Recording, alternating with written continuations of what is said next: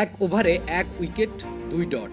আর মাত্র ৪ রান দেওয়ার পরও সাকিব আল হাসানকে আর বোলিংয়েই আনলেন না অধিনায়ক শাহিন শাহ আফ্রিদি। অথচ সাকিব ছিলেন ম্যাচের সবচেয়ে কম ইকোনমিক্যাল বোলার। এত ভালো বল করেও কেন সাকিবকে বোলিংয়ে আনলেন না, এটাই পুঁজি করে কেউ কেউ নিউজ করেছে সাকিবের বোলিং অ্যাকশন সন্দেহজনক। তবে সব ধরনের মেইন স্ট্রিম নিউজগুলো ঘুরে দেখেও এ ধরনের কোনো খবর পাওয়া যায়নি। সুতরাং ম্যাচের পরের অংশে সাকিবের আর বোলিং না করা ছিল ক্যাপ্টেন কল। এক দলে ৩ বাংলাদেশি, সুযোগ পেলেন একজন। সেই বিশ্বসেরা অলরাউন্ডারেই আস্থা রেখেছে লাহোর কালান্দার্স। তবে রিশাদ মিরাজও প্রস্তুত দলে অবদান রাখতে।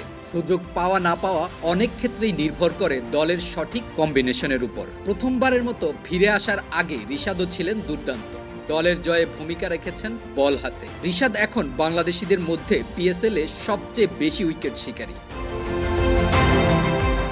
আগে ব্যাট করতে নেমে নিয়মিত বিরতিতে উইকেট হারালেও রানের চাকা যে ঠিক রাখছিলেন, দুর্দান্ত এক স্লো ডেলিভারিতে সেই ডেভিড ওয়ার্নারকে ফেরান মোহাম্মদ নাইম। ৩ ওভারে ১৫ রান দিয়ে তিনি ছিলেন ম্যাচের দ্বিতীয় economical bowler.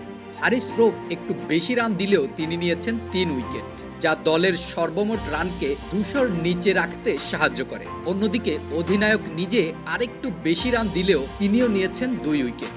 Salman Mirza ৪ over করে ৩৭ রান দিলেও কোনো উইকেট পাননি।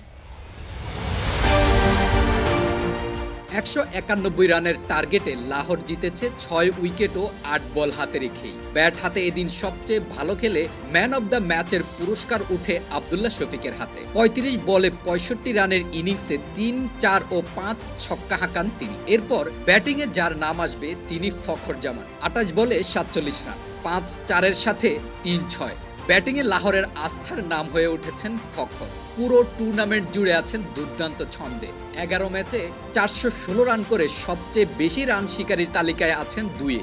আর ৪৪৬ রান নিয়ে ১ নম্বরে আছেন সাহিবজাদা ফারহান, যার পুরস্কার তিনি ইতিমধ্যেই পেয়েছেন দীর্ঘদিন পর পাকিস্তান জাতীয় দলের সুযোগ পেয়ে। পাকিস্তানের ঘরের মাঠেই ২৮ মে শুরু হতে যাচ্ছে বাংলাদেশ পাকিস্তান ৩ ম্যাচের টি-২০ সিরিজ। ভারত পাকিস্তান যুদ্ধের কারণে আইপিএল এবং পিএসএল দুই বন্ধ ছিল সাময়িক সময়ের জন্য। দুই দেশ আনুষ্ঠানিক যুদ্ধবিরতিতে যেতেই আবার শুরু হয়েছে খেলা। দুই লিগেই চলছে শেষ ৪-এর খেলা। এখান থেকেই দুই দল যাবে ফাইনালে। ১০ ম্যাচে ৭ জয়ে টেবিল টপার হয়ে আগেই ফাইনালে গিয়েছে কোয়েটা গ্ল্যাডিয়েটর্স। ৪-এ থাকা লাহোর এলিমিনেটরে করাচি কিংসকে হারিয়ে দ্বিতীয় কোয়ালিফায়ারে আজ বাংলাদেশ সময় রাত ৮টা ৩০-এ মুখোমুখি হবে ইসলামাবাদ ইউনাইটেডের।